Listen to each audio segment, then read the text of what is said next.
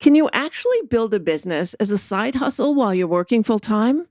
That's what today's guest did, and she's going to share what not to do as you build out a side business and hustle your way to the top. There's nothing like a good dose of lessons learned by others to help you avoid some of the marketing potholes that can suck you in faster than a desert worm in Dune. So, buckle up, my friends, and get ready to hustle out of building a six-figure business on the side.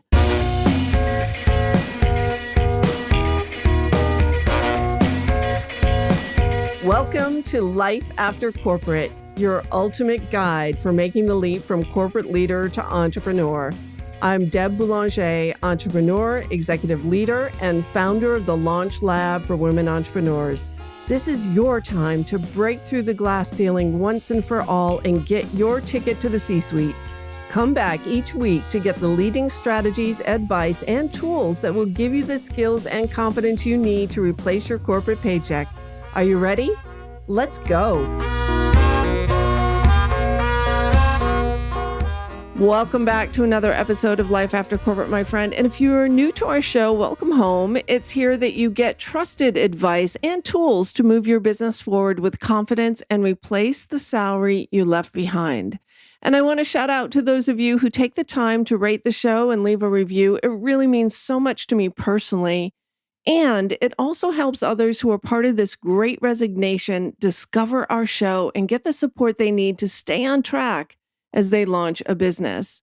And if you're someone I've met who has said, Deb, I love your show, I'm listening from start to finish, please do me a solid and let me know in a review on iTunes or a rating on other platforms. I'll be selecting one of our new reviewers for a one-on-one coaching session right here on the show. And I'd love that to be you if you'd like some hands-on support with your business idea. And today, we're talking about the side hustle. What happens if you need that steady paycheck to pay your rent and put food on the table as you launch your business? And today's guest is Monica Monfre Scantlebury. Monica is a speaker and a business coach to side hustling women who are ready to uplevel to full-time entrepreneurship. She has been featured in Parents Magazine, Forbes, and Thrive Global. She is a good friend and a trusted colleague of mine. We know each other from Elevate Network, where Monica, you did a rockin' fabulous panel last night on social media. And she's also a good friend and colleague in Luminary, which is where we first met. So Monica, welcome to Life After Corporate. Thanks so much, Deb. I'm so excited to be here. I am so excited for our listeners. So before we get started, get a journal, get a pen and paper, or re-listen to this episode because I know Monica is going to be dropping some gems on you for how to turn a side hustle into a full-time gig. But before we dive into those specifics, I think it would be great for our listeners to really understand your story. I mean, so much has happened for you in the past just 2 years that I've known you. So how did you get started with this whole idea of a side hustle, and what were you doing before then? Yeah, thanks so much, Deb. I can't believe it's been 2 years. Certainly, so much has changed. I dove into this side hustle opportunity because I teach high school full time. I transitioned my way out of working in higher education to being a high school teacher. Been doing that now for 15 years. And a few years ago, I decided I was going to take a break from teaching high school English and taught high school dance. And while I was teaching dance, I was practicing yoga and they were having a yoga teacher training. And I thought, well, this will just be another great tool to have in my toolbox. So I signed up for a yoga teacher training, decided I was actually going to start teaching yoga. And that was probably the first side hustle that I had while I was still inside of my full time job. One of the things I noticed though is that if you want to teach yoga in New York City, you need to find clients. And no studio hires you if you've never taught before. So I had to figure out how to get clients, how to get that practice expertise, and what better way than to use free social media. At the time, I was about 40 or 41 years old. I was a fan of MySpace back in the day, but I had an Instagram account and decided I was going to test out how to turn my Instagram, which was mostly honoring my fun days as a brunch gal here in New York City, to be all about yoga. And that was really my first like dipping my toes in the water of doing something outside of my school hours, and ended up teaching yoga all over the city at places like Athleta, at Artists and Fleas in Williamsburg. I'm forgetting the name of it now. So many of these studios have closed, and I actually first started teaching at Sacred Brooklyn and at the Yes Studio, which have since closed because of the pandemic. So that was my first foray into, having this side hustle and understanding social media. And things changed as life happened, and had some health incidents that happened in my family, and realized that there was probably more to a business than just teaching a yoga class for $30, and decided to really look at how I am as a teacher. The fact that I'm able to create curriculum and really get results for students. And that led me into starting to think more about course creation. This was pre-print pandemic. So people were doing courses online, but it wasn't necessarily as commonplace as it might be now. And so it was offering how to practice self-care as a teacher, which I was thinking I can create this course, teach a little bit of yoga in it, teach a little breath work in it, and hopefully have educators who were more willing to stay inside of the classroom. And then March of 2020 happened and my business took a pivot. So I'm excited that's really how I started. That's my pathway from thinking about teaching to yoga as a side hustle to course creation, and then March 2020. You know, what I've noticed about you is that you're so good at netting out complex concepts into simple to understand step-by-step processes. So you were just a natural to that. But the other thing I've noticed about you is that you're great at assimilating a lot of complex data. Because when it comes to social media, what I watched in these 2 years was how you figured out on your own what was working, what wasn't working, and in a constantly shifting and changing environment. And then you were able to share that information with other people. So tell us a little bit about, what was the business that you launched? What were you doing? What were all the things? And share with us, what you would have done differently. Are there one, two, or three things that you would have done differently during this time? 100%. So, I was at Luminary probably the week before, I would say, like, C-Day, right? The week before we all went down into lockdown here. So it's probably March 9th or 10th, and I had led a session about course creation. Really excited to do that. And then there was an event at Luminary on March 14th, and another colleague of ours, we were sitting in an Instagram session, and I was showing her how to do something. And she said, Monica, you should teach an Instagram course for women who are over the age of 50. I was like, oh, I should, right? Had no idea that this would become a business for me. And did that session at Luminary, and it sold out, and people were wondering what to do next. And that's when I realized that what I probably needed to create was not a course on how to teach courses, but a course on how to use social media, because people were all of a sudden about to be home and wondering how to market their businesses when we can no longer be in person.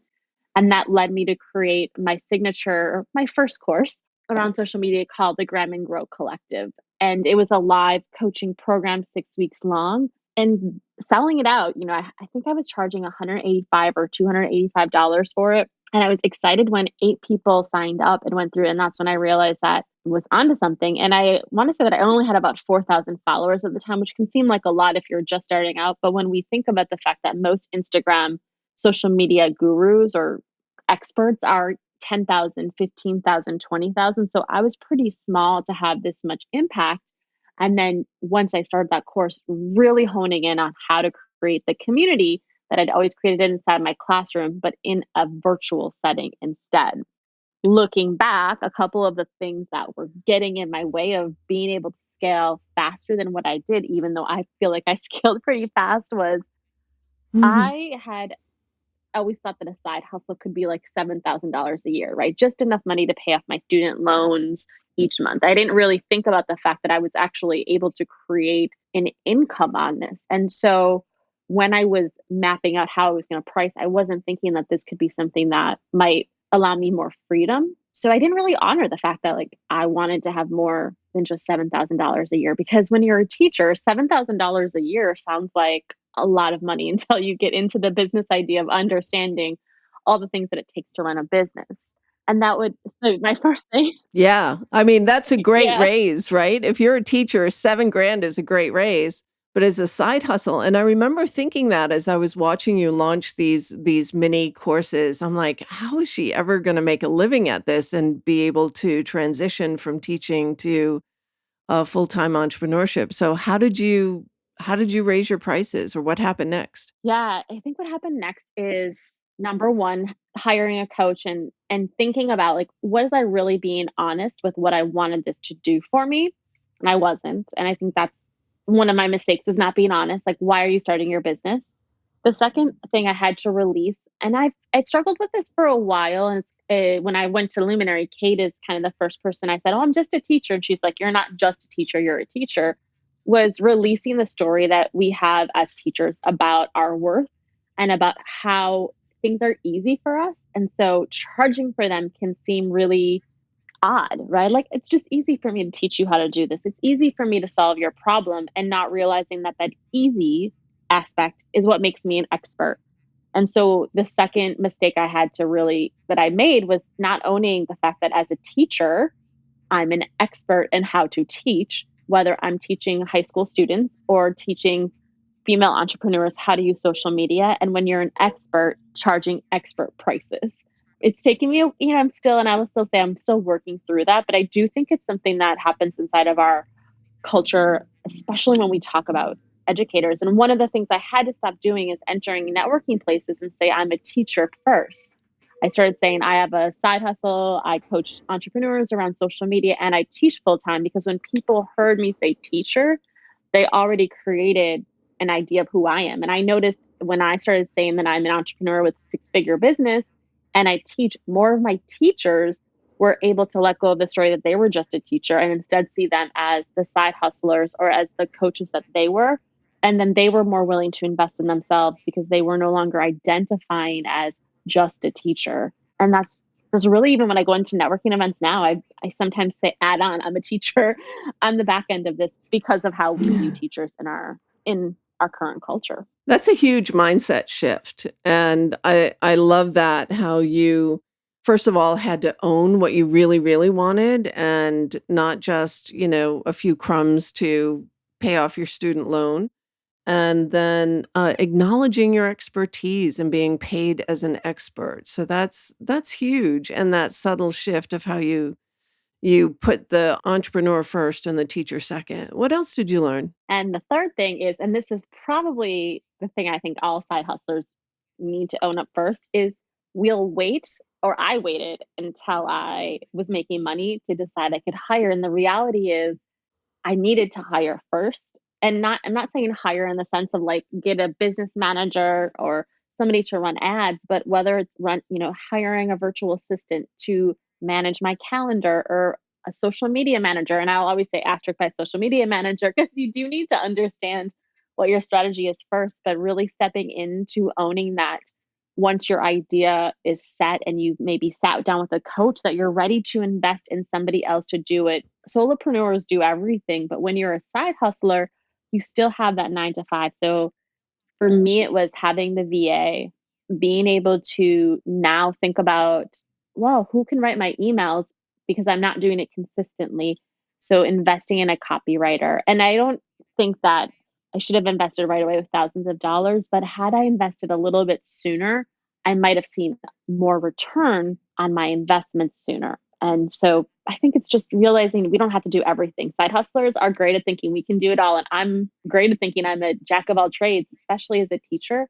But allowing someone else to take something off of my plate would have given me a little bit more space in order to maybe increase my offerings or increase how many people I was able to serve, which would have then increased my revenue. So definitely think the third thing is see what you can have someone else manage for you so that you have more time to focus on the core of what you're doing inside of your business. Yeah, delegate as much as you can afford. And what did that free you up to do?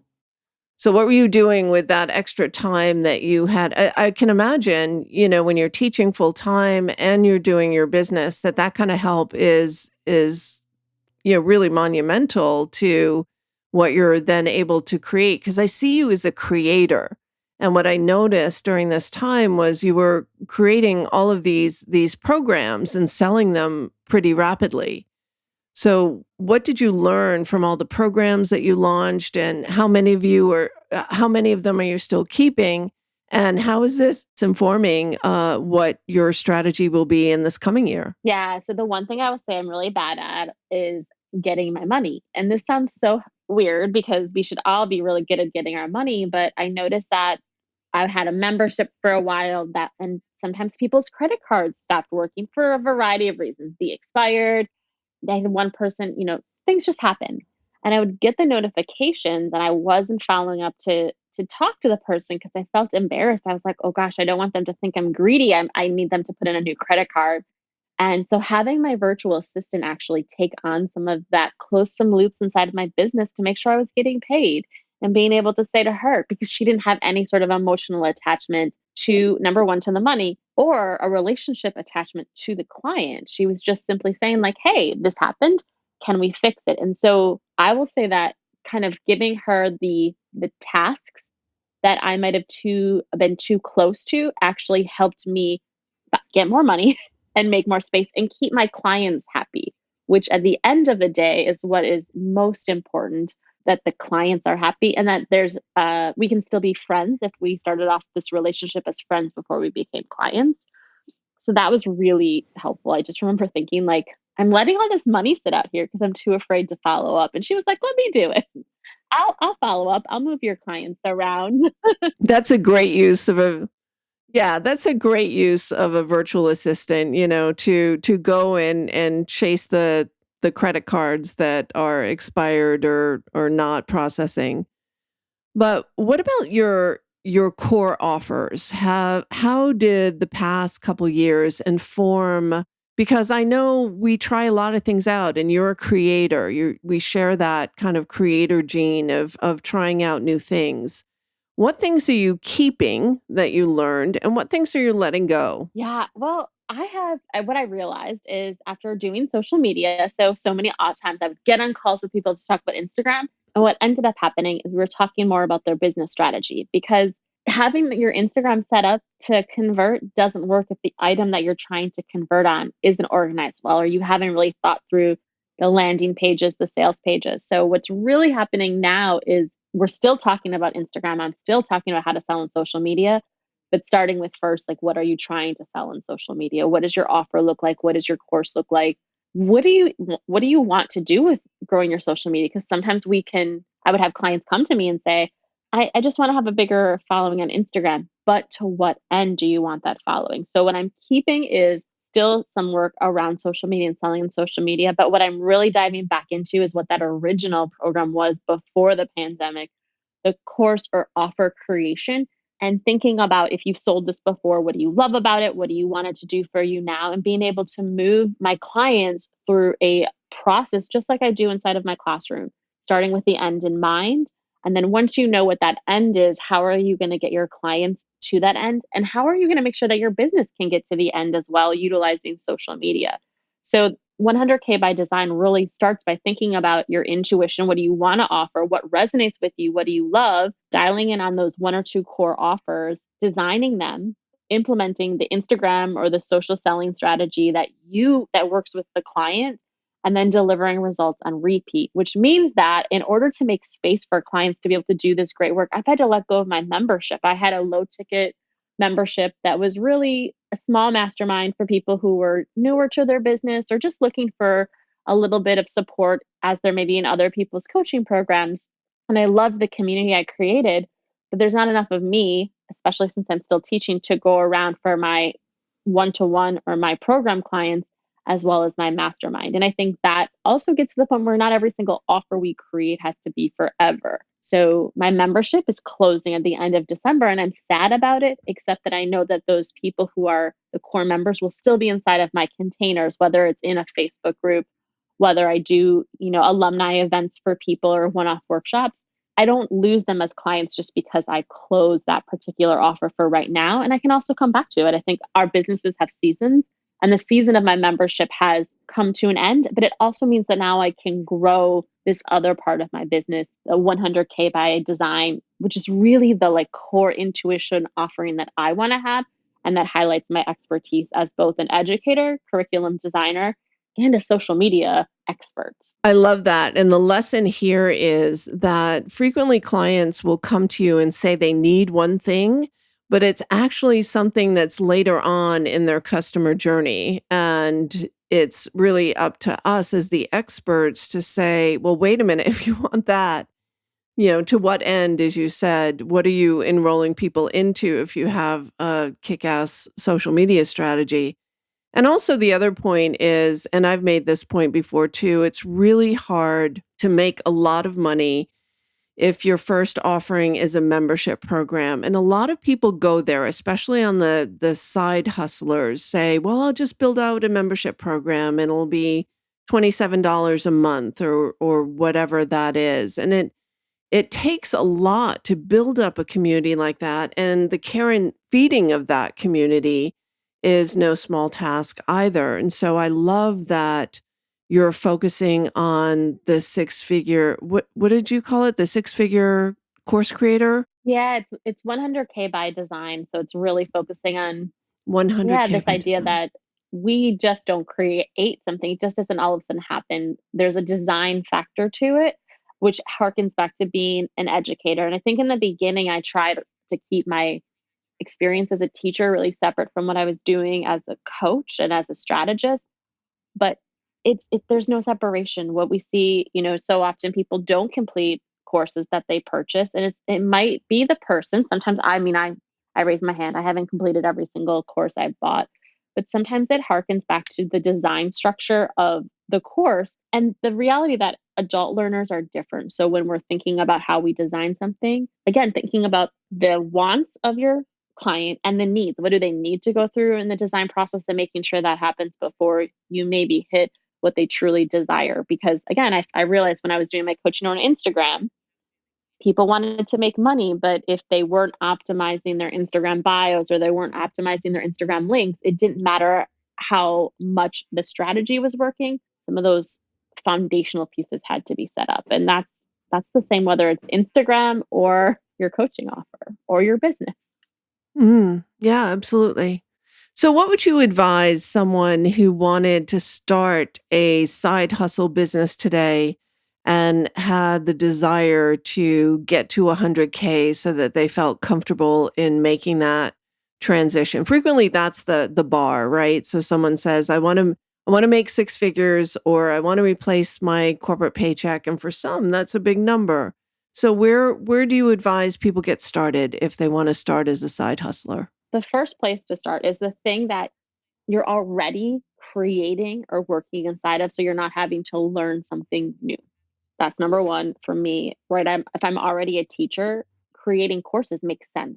For me, when I was trying to create a self-care program, it was actually really hard. It failed, even though I had people who were interested in it, because I was teaching myself all about how to be a self-care expert at the same time I was creating the program. So that was a lot of wasted time. But what I realized of that is I know how to create programs. Let's dive into the thing that I'm already an expert in or already feeling at least confident in that I can speak about in front of people for 30 minutes every week or 10 minutes. So starting with the thing that you know, instead of trying to think like, oh, this is what people are buying, let me go start that. That's just learning more. And then the other thing I would say is really focusing on how you're currently using your time at your job. So as a when teachers, and we get a lot of like prep time, and oftentimes I would be wasting those prior to having my business by running around and getting coffee or stopping and talking to my friend at work or saying I'll grade papers at home. And what happened as I started to create my business was getting super focused in how I'm utilizing the time inside of my workspace to either do the work that I have to do at school or at my job, because I've not, I've worked in a university level before, so not taking it home.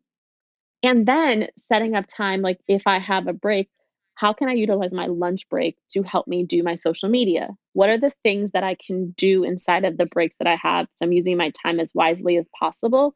And then noticing when I'm working outside, how am I utilizing that time wisely? And that's where Luminary came into place for me. Instead of coming home and trying to work in my side hustle at my house where you get distracted, I went to Luminary, which allowed me to step more quickly into the role of having a business because I was surrounded by other women who are also building their business. And so I use those times. I think I went like 3 times a week. That helped me start to own that this is what I want to do. So when you're launching, if you have the opportunity to join a networking or a co-working space, I just find that to be so beneficial to helping me create more of a foundation and be able to scale faster. It's so important to curate your connections and create this ecosystem of like minds because it rubs off and there's a lot of collaboration that happens in those moments and people can refer you and they can collaborate with you just like we're collaborating here. If we hadn't met in Luminary, we wouldn't be having this Exactly. conversation, you know? So I love that advice with start with what you know, something that you're good at, use your time wisely and surround yourself with people who are supportive of your idea, who lift you up and inspire you to keep moving. I think that's a beautiful approach to getting started. So, what's new? What's new for you next year? What are you planning? How can we support you? How can our listeners follow you, get in touch with you, especially for those who'd love to work with you on setting up their side hustle? Yeah. So new is I'm laying up there. Like this is gonna be the last year of teaching. So I'm making those transitions move, which means that I'm Woohoo! getting behind that expert role and raising my prices. So if you want to work with me, now's the time to join before things shift a little bit into gosh, the excitement that I've been working towards. But 100K by design is a it's not just a program, it's not just a coaching opportunity, it's really a strategy that we think through. So I work with women both one to one in a group container or in a VIP day. So would love to have anyone who's thinking about they have an offer, they want to design it more curriculum wise, they want to focus on am I really achieving the transformational results I'm promising my clients? And they want to dive into use Instagram, social media, Clubhouse, any of those different platforms. And I'm sure that in the next year or two, we're going to hear even more because we're in a transformational time with technology to utilize that and then to be consistently thinking about the delivery of results. Is it aligning with your own desires and is it honoring the desires of your clients, right? Are they getting the transformational results? And to do that, we do that again via our technology here. And I'm so excited to be talking more about this on Instagram. You can find me at most social medias at Monica Monfre. I got married in August, so on Facebook I changed it to Scantleberry, which is my married last name, and everybody lost their minds. But you can find me at Clubhouse, LinkedIn, Twitter, Instagram at Monica Monfre, and then at Monica Scantleberry on Facebook. I forgot I'm also on TikTok, but don't come there. And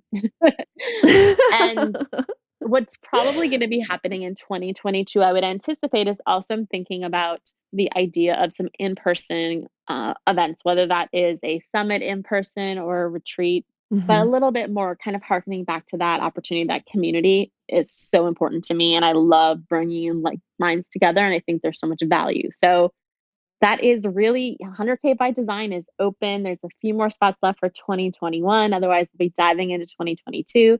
Look for that to be offered as a program live hybrid.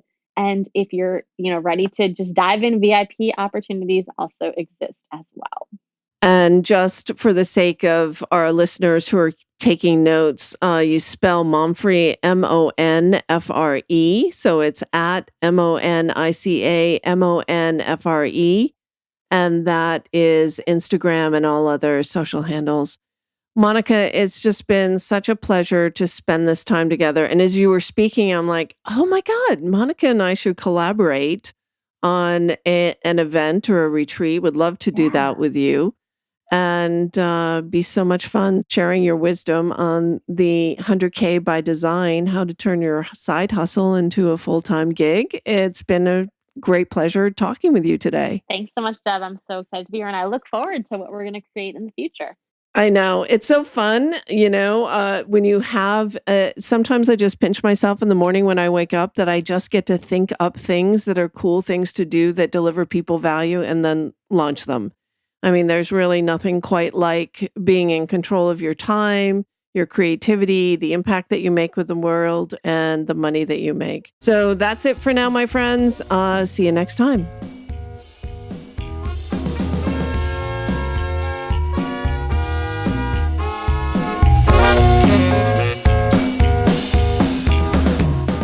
Thanks for listening, my friend. If you enjoyed this show, please head over to iTunes and subscribe and leave us a review. And be sure to hop over to the Life After Corporate Facebook group and join other growing entrepreneurs to get weekly tips on how to create more money and meaning doing work you love.